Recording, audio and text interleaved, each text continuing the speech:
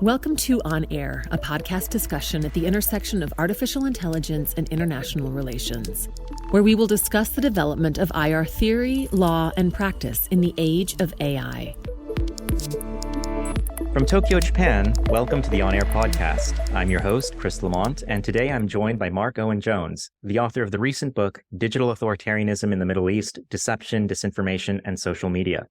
Marc is also Associate Professor of Middle East Studies at Hamad bin Khalifa University in Qatar. Welcome to the On Air podcast, Marc. Thanks. It's great to be here. I think we have quite a substantial time difference, but we both look pretty fresh. Yes. Thank you for joining me here in the afternoon in Tokyo and early in the morning over in Qatar. And now for our listeners, of course, we've discussed the topic of digital authoritarianism in past seasons on this podcast, but our focus has mostly been on artificial intelligence-enabled systems like facial recognition cameras and other forms of digital surveillance and spyware that have opened the door to mass surveillance on the part of both states and, importantly, private firms as well. Now, today, we're going to revisit these themes, and we're delighted to have Marc here with us because we'll also be able to shed light on another aspect of digital authoritarianism, that of social media manipulation with a focus on disinformation. But before we get into this topic in more detail, Marc, can you tell us a little bit about what got you interested in this murky world of online deception? Sure. So actually, I got interested in this perhaps from the world of journalism. So my background is journalism. And I remember one standout class that I took. This was giving away my age a bit. Back in 2004 or 5, I did a class on, it was in my journalist course, but we studied the case of Stephen Glass. Now, I don't know if you remember him, but he was a journalist for the New Republic. And this was at the time when the internet was also emerging. And Forbes Digital, who were relatively new at the time, discovered that Stephen Glass had been basically fabricating news stories and writing these in the New Republic. And it was a huge case, and they made a film about it called Shattered Glass. And I remember this sticking in my head. So I've always had this kind of interest in deception. And then when I started my PhD on Bahrain, I became very interested in, because I was studying social media. My PhD started in 2011 when the Arab uprising started. And it just so happened at the time, and I can talk in more detail later, that I started to become very aware that social media was not the liberating force that everyone seemed to be claiming it to be, and that there was a lot of untoward activity going on Twitter and Facebook. So that really, those two things, for me, seem like key moments in this journey towards studying deception. Absolutely. And with regards to Bahrain, I recall that back in, I think it was like 2012, there was a documentary called Shouting in the Dark. And one of the things that really stuck with me in that documentary was how the Bahraini authorities were able to harness social media profiles to track down and locate and detain those who had been attending protests, and also to attack those who were public figures who were associated with the protest movement. Would you consider this a critical moment in kind of the harnessing of digital tools to quash dissent? Absolutely. I think Bahrain is a really interesting case. Simply, one, it's very small, so it tends to get overlooked, and that's not necessarily for sinister purposes. It's when we consider the scale of the tragedies happening in the Middle East at the time, Bahrain was relatively small in terms of lives lost. It doesn't diminish it. Simply, I think it makes people sometimes overlook the case. So I'm glad you asked. In 2011, it was the Egyptian uprising was already underway. But I think what separates Bahrain from other countries is, as a Gulf country, it has extremely high digital penetration rates. So the majority of the population have access to the internet, which is not the case in places like Egypt, for example. Certainly, many people have 1 or 2 mobile phone subscriptions, and many people subscribe to social media sites. I think social media penetration in the Gulf is certainly the highest in the Arab region. So what that does is create a system where everyone or most people are using these tools. So if you are to use those tools for nefarious purposes, you have access to a large number of the population. And I remember, it was interesting because, as I said, I started my PhD in 2011, and the techno-liberation paradigm was in ascendancy, the idea that technology could be used for purposes of liberation. But I noticed that suddenly people were talking online. There was a proliferation of accounts. I was meeting people I'd not met before. Of course, I don't know the whole of Bahrain, even though I grew up there. And I became very aware of unusual accounts getting in touch, or people complaining to me of anonymous accounts getting in touch. Accounts would crop up suddenly, sharing what looked like private social media photos of people by the Pearl Roundabout, calling them traitors. These were getting heavily retweeted. I remember one day the government launched some sort of counter-revolutionary document. It was basically, people sign this if you're sick of protesters disrupting traffic. And then suddenly it had thousands and thousands of these online accounts signing it. And none of them looked particularly, I say real, quote unquote real. They all had anonymous profiles, pictures of the royal family shield as their profile.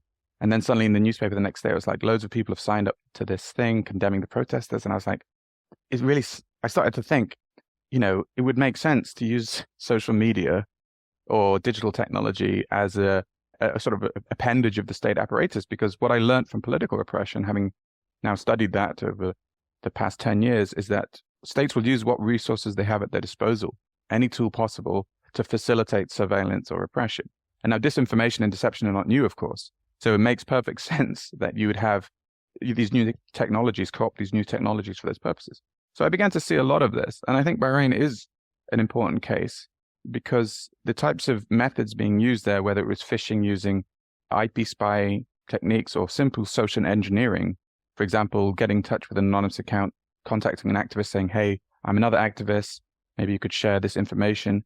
These kind of crude methods were also happening then. And it's an important thing to mention, because obviously if we talk about, say, authoritarian upgrading, people, I think, were a bit naive about the dangers of technology because there was such an effusive narrative about its liberating potential, and there was people getting swept up in the kind of euphoria generally of the protests. They let their guard down. And so I think a lot of the tactics that we saw being used there in Bahrain aren't necessarily the ones used today, but they showed us they were a real clear entry point into this murky world of digital deception.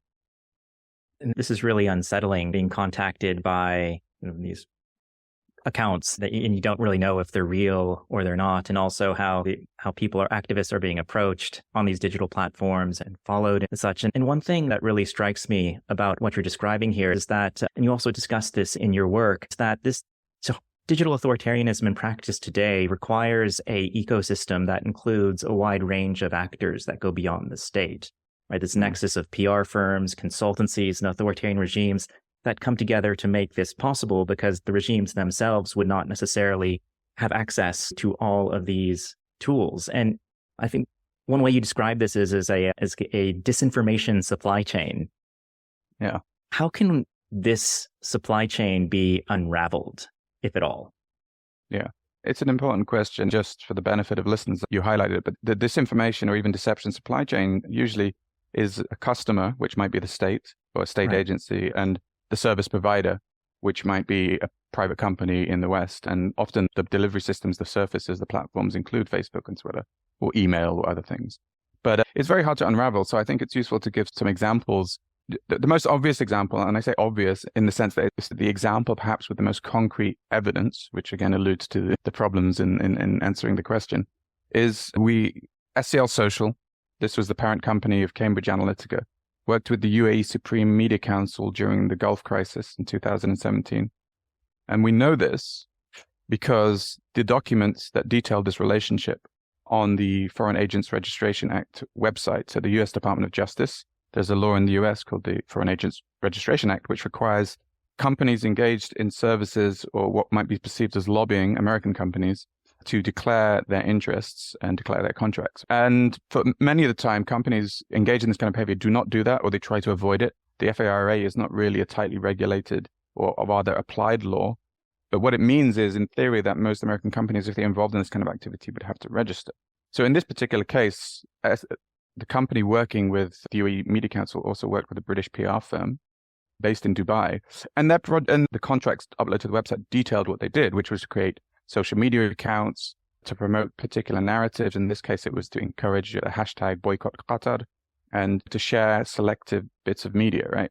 So this is one example where we actually know the supply chain. We know that the UAE Supreme Media Council had a contract with SCL Social, who also were using project associates to engage in a astroturfing campaign. And we know this because of publicly uploaded documents. But other times we have to rely on whistleblowers, investigative reports, leaks. There's been a few incidences where British companies have been found to have been involved in other nefarious activities. In South Africa, for example, Bell Pottinger, which was partly established by Lord Bell, again, British elite, who was the communications advisor to the Thatcher administration. He set up a company that was very active in the Middle East, but his company closed after it was found out that they were creating basically AstroTurf campaigns, fake accounts in South Africa in support of a group of guys called the Gupta brothers who were being accused of corruption. But what their fake accounts were doing was engaging in this incredibly polarizing narrative that accused anyone criticizing the Gupta brothers, their clients, Bell Pottinger's clients, of racism. And obviously with South Africa's history of apartheid, it shows it. But this was a British company. In the case of the UAE Supreme Media Council, it was a British company and an American company, all supplying what you could argue to be disinformation or deception services. So most of the time, these things are happening, Chris, and we don't know about, but occasionally we get a glimpse into the machine. And when we do, it highlights, like I said, these supply chains or these assemblages. Right. It seems, and you've alluded to this already in your response, that there are certain states, particularly in the Middle East, that have really become masters of harnessing this particular supply chain. Saudi Arabia and the United Arab Emirates are two, and they pursue multifaceted goals with this. Also, it's interesting, you've talked about advancing foreign policy goals, but also kind of domestic repression. And it seems that they have a wide set of tools that they rely on for these. Can you talk a little bit about these, a little bit more about these bot armies and advancing the foreign policy goals of states like Saudi Arabia and the UAE? Sure. Briefly, I describe or I define digital media power as the ability of a state to use digital resources, whether it's spyware or bot armies, to spread influence domestically, regionally, and internationally. And one of the reasons I mentioned UAE and Saudi is because I think the evidence would suggest that they are using digital technology on these three levels, more so than I would say any other state. So there's different techniques. Obviously, for both foreign policy, it's foreign policy a lot about, there's also an aspect of managing the narrative when it comes to, for example, a conflict or crisis. Obviously, foreign policy is complex. But for example, the Gulf crisis is an example when, if for those who don't remember, in 2017, when it was activated, the whole pretext for the crisis was Saudi and the UAE and Egypt and Bahrain, to a lesser extent, accused Qatar or Qatar's emir of essentially undermining the Riyadh agreement and supporting Iran and terrorism. And then the Qataris alleged that their news sites had been hacked to create the illusion that this, quote, happened. And then at the same time, we saw huge cyber armies promoting narratives from the blockading countries, from Saudi, Qatar, UAE, and Bahrain. And so what was interesting about this, it was, I would suppose, in any conflict situation, whether it's domestic or regional, international, in this case, it was regional and to an extent international, it's about managing a narrative, projecting a narrative. And you could argue that an aspect of digital diplomacy is about using digital resources to project and influence the public sphere so that they are more amenable and conducive to the actions that you're taking in that sphere. And so if you looked, for example, at the word Qatar on social media, during that time, you would find that the majority of the mentions of that word were produced or retweeted by bot accounts and accounts supporting the narrative of the UAE. So in this context, I would say that it was clear in this case, it was probably Saudi and UAE bot armies who were or leading this charge, had managed to dominate the narrative around the crisis on social media. So anyone basically trying to find information about the crisis on social media would be exposed predominantly to a narrative that favored Saudi and the UAE. And this, it can be unclear where these things lead. On the basic level, you're just looking at Twitter, and if you're a journalist or a citizen, you're like, wow, man, these 13 demands made of Qatar are pretty intense. But at the same time, you'd have fake trends about, for example, the economic problems in the target country, in this case, Qatar. You'd have thousands of fake accounts promoting a narrative that, for example, the ministry had cut funds to its civil servants in order to demoralize that country or portray the country economic situation in a negative light. And then that would be picked up, say, by BBC Monitoring. This happened. So BBC Monitoring is just a service that monitors social media trends, right, to try and keep a finger on the pulse of the region, like Vox Pops. And then they would put that on their website saying, oh, people are mentioning this trend about Qatar cutting these salaries. But that never happened. But at the same time, it's a very good example of, for example, an attempt to frame the blockade as having a strong economic effect on Qatar, which could, for example, decrease investor confidence. And then you tie this in with other things that we now know to have happened. For example, a bank in Luxembourg trying to undermine the Qatari currency, right? So these narratives, when it comes to things like economic attacks or finance in the international sphere, narratives, perceptions all matter. They can have a deleterious impact on an economy. And that could, for example, in this case, if it was successful, force the target country to come to the negotiating table and maybe be less combative and more likely to submit to the demands of the other country. So this war on narratives is really where I think this deception and disinformation shine. That's just one example. We also know that lots of resources was poured into lobbyist firms in the US and the UK to help engage with these narratives. So there's another aspect to it. On the international level, I hope that in some ways answers that question. No, absolutely. I tried to give examples. One thing that really comes to mind here that I've thought about in the past is try and get information, for example, about Libya, right?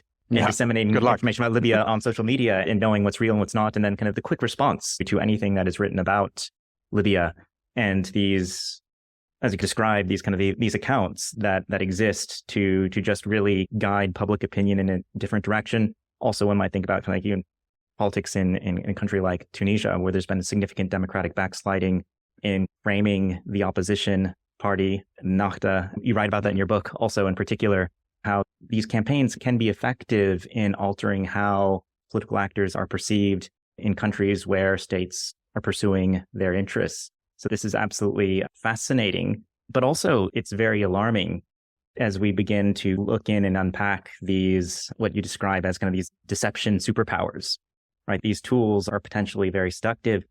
And one thing that I wanted to ask you about was also if we look at silences in kind of the digital realm and how these tools are effective in silencing domestic political opponents. You alluded to it a little bit in talking about how kind of private social media profiles are being circulated or were being circulated in Bahrain, but also in the context of Jamal Khashoggi and a very high profile killing at a diplomatic facility. How did that reverberate in the digital realm? Yeah, this is another key aspect of it, is that once you have a social media account or even a mobile phone and you have a permanent communication device with you or a platform, basically you become a vector for attacks. People can get in touch with you whenever they want if you have a public profile. And often if you're an activist or a journalist or a civil society actor, that inevitably means this, inevitably. Because if you have a mildly controversial opinion especially within an authoritarian context, you will get attacked. It's guaranteed. And I think what we saw with Jamal Khashoggi in particular was like leading up to his attack was constant abuse on social media, constant attacks. And this ranges from just swear words and insults to death threats. I remember one of the most poignant aspects of this was that he was complaining to a friend shortly before he was murdered that he would sometimes end the day in tears as a result of these campaigns. And I've worked on many campaigns in the regions, worked on analyzing campaigns in the region of people who are just ruthlessly hounded and harassed to the extent either it forces them to go offline or to stop tweeting or to stop engaging in activism or distracts them. I think this is interesting about the mechanisms of intimidation online. They can distract you. They can psychologically harm you. They can make you fear for your life. All these are designed to distract or deter that person from engaging in their core function, whether that's criticism, journalism, and whatnot. And it happens all the time. And I think what's interesting about this is that it has, you mentioned Khashoggi in particular, and that I think more than anything recently had an overall chilling effect on the public sphere.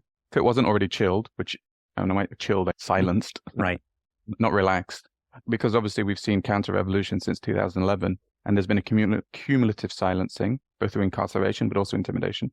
And I think Khashoggi's killing really made it clear that dissent in the region would not be tolerated online.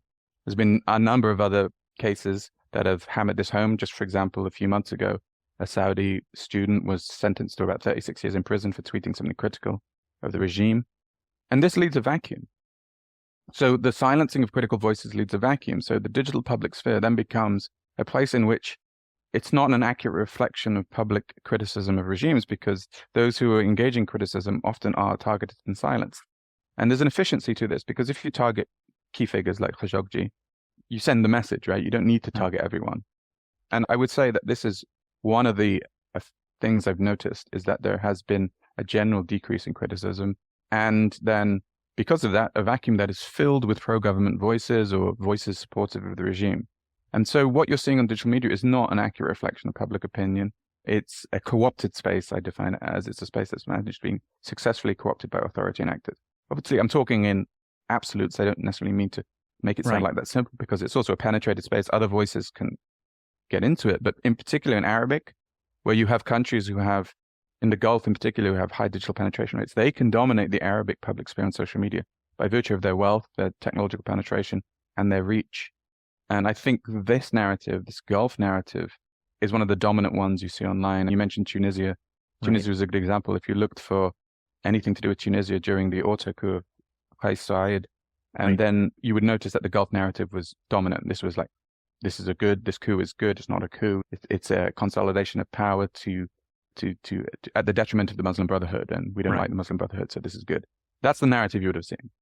It has knock-on impacts in kind of perceptions of what's going on, what's happening in Tunisia, and perhaps also frames how other states are beginning to perceive events as well. This is all very alarming, and it resonates here in Japan, as well as we recently, there was a student who went back to Hong Kong who was detained for the contents of their social media posts that they made while studying here in this country. And this is absolutely chilling. And one thing that's worrying, if this is not enough, is the fast-paced developments in emerging technologies like generative artificial intelligence, but also increasing computing power. Seems like these technologies have the potential to supercharge kind of these bots or these things that you've already described in your book. Where do you see the future of digital authoritarianism going? What is worrying you the most about the direction of travel?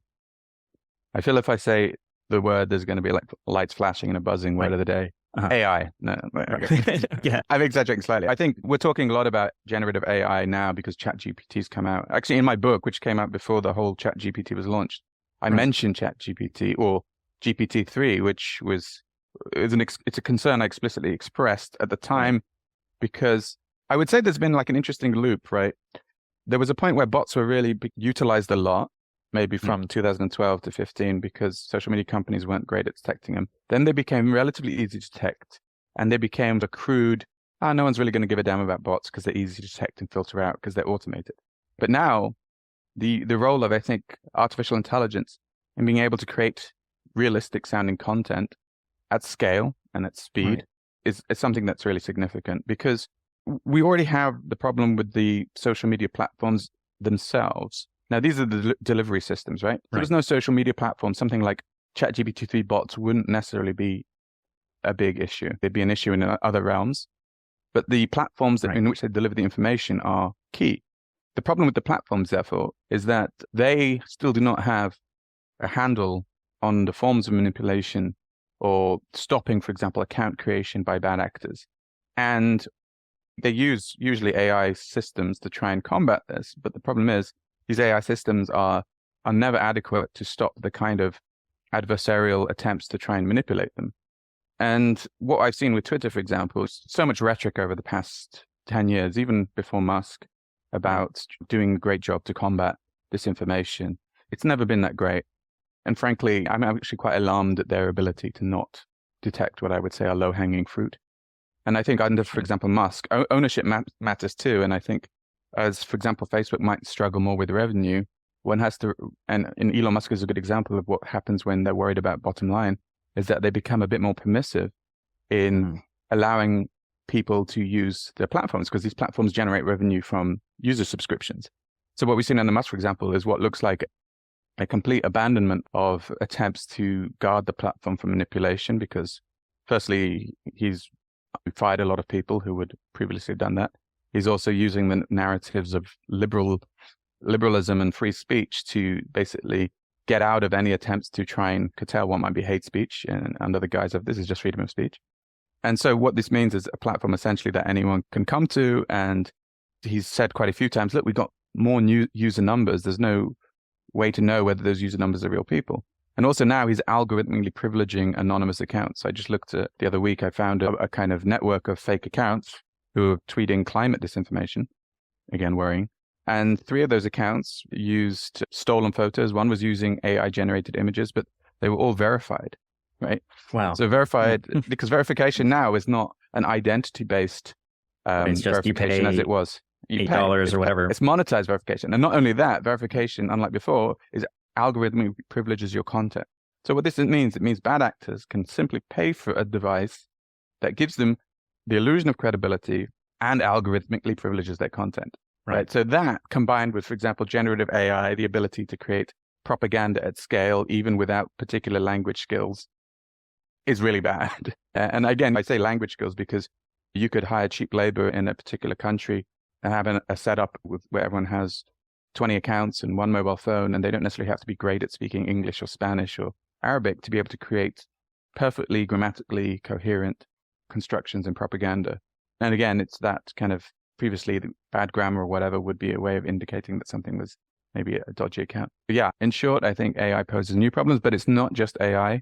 We have to remember that the political, social, and economic, political economy, I suppose, foundations of a lot of the supply chains or the ecosystem is also important in creating the problem. So for example, the sort of neoliberal ethos, I think, of social media companies, which is profit and expansion, has not gone away. That is the underlying, I think, issue here. And that will be exploited. Absolutely. And it seems that gets us back to that kind of the earlier question about how to unravel these deception supply chains, that there is a confluence of interest from the kind of the Elon Musks of the world who want to maximize their revenue and the unscrupulous actors who are happy to help them maximize their revenue through the manipulation of their contents and their sites. And both sides are profiting from this unfortunately attractive arrangement for the two. Thank you so much, Marc, for joining us. I could spend a lot more time asking you questions about each of these topics that we've just been able to talk a little bit about today. And I really look forward to reading your future work, and also to our listeners. Be sure, if you haven't already, pick up Marc's book on digital authoritarianism. It's published by Oxford University Press and Hearst Publishers. And as always, if you like the show, we invite you to subscribe and leave us a comment. You can find us on iTunes or wherever you get your podcasts. And don't forget to join us for the next episode for a discussion at the intersection of AI and IR theory, law, and practice. Until then, stay human.